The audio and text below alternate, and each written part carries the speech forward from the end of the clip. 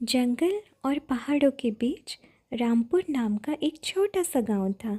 उसी गांव में सुरेश अपनी पत्नी रीना और छोटी बेटी पिंकी के साथ रहता था। सुरेश अपनी पत्नी और बेटी से बहुत ज़्यादा प्यार करता था। सुरेश उसी जंगल से जड़ी बूटी इकट्ठा करके उसको शहर में बेच करके पैसा कमाता था। एक दिन सुरेश जंगल को निकल ही रहा था, तभी पिंकी ने बहुत ज़िद किया कि मुझे भी आज आपके साथ जंगल जाना है।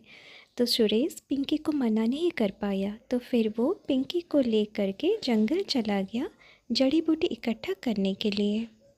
उस जंगल में एक चुड़ैल रहती थी जो लोगों को कच्चा खा जाती थी। उस जंगल के सारे जानवर भी चुड़ैल से बहुत डरते थे। चुड़ैल पिंकी को देख के सोची, इसका मांस तो कितना नरम होगा, इसको खाने में मज़ा ही आ जाएगा। ये सोच के चुड़ैल खुद को एक जादुई घोड़े में बदल दी और पिंकी को बुलाने लगी। पिंकी जादुई घोड़े को देख के खुश हो गई और उसके पास चली गई। पिंकी को पास में पाके चुड़ैल फिर से अपने रूप में आ गई और पिंकी को खींच के खुद के घर ले गई। सुरेश जड़ी बूटी इकट्ठा करने के बाद जब पिंकी को ढूंढा तो वो कहीं नहीं मिली। पूरे जंगल में ढूंढने के बाद सुरेश निराश होकर पेड़ के नीचे बैठ गया और बहुत रोने लगा।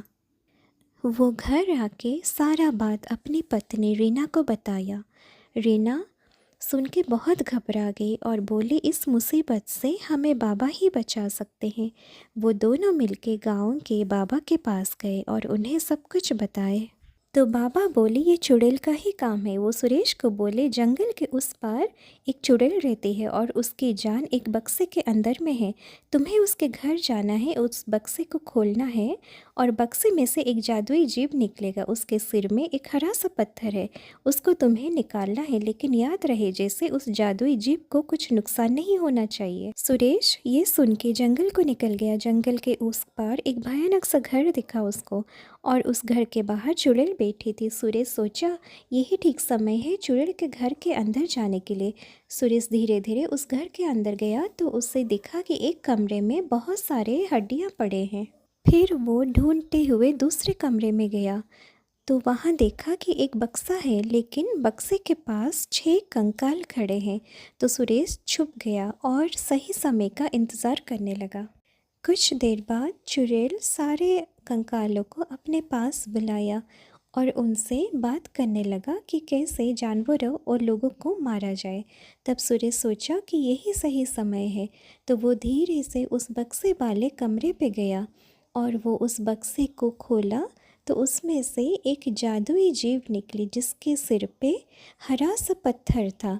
सुरेश जैसे ही उस पत्थर को निकाला तो वो एक जादुई जीव एक सुंदर सा परी में बदल गई। सुरेश वो पत्थर को परी को दे दिया। फिर परी अपनी जादुई शक्ति का इस्तेमाल करके पहले सारे कंकालों को मार दिया। उसके बाद फिर वो चुड़ैल के पास जाके उससे युद्ध करने लगे। कुछ देर बाद चुड़ैल की सारी शक्तियाँ ख़त्म हो गई और वो ज़मीन के ऊपर गिर के मर गई। चुड़ैल के मरते ही पिंकी सुरेश को मिल गई। परी सुरेश को बोली कि आपकी वजह से आज इतने बरसों के बाद मुझे चुड़ैल से मुक्ति मिली। चुड़ैल मुझे कैद करके रखी थी और मेरे सारे जादुई शक्तियों का गलत इस्तेमाल करते थे। परी ने पिंकी को यादगार के तौर पे हरा सा जादुई पत्थर दी और खुशी से वहाँ से आसमान को उड़ गई। आखिरकार चुड़ैल ने परी को कैद कैसे किया था, ये जानने के लिए अगला पार्ट ज़रूर देखें।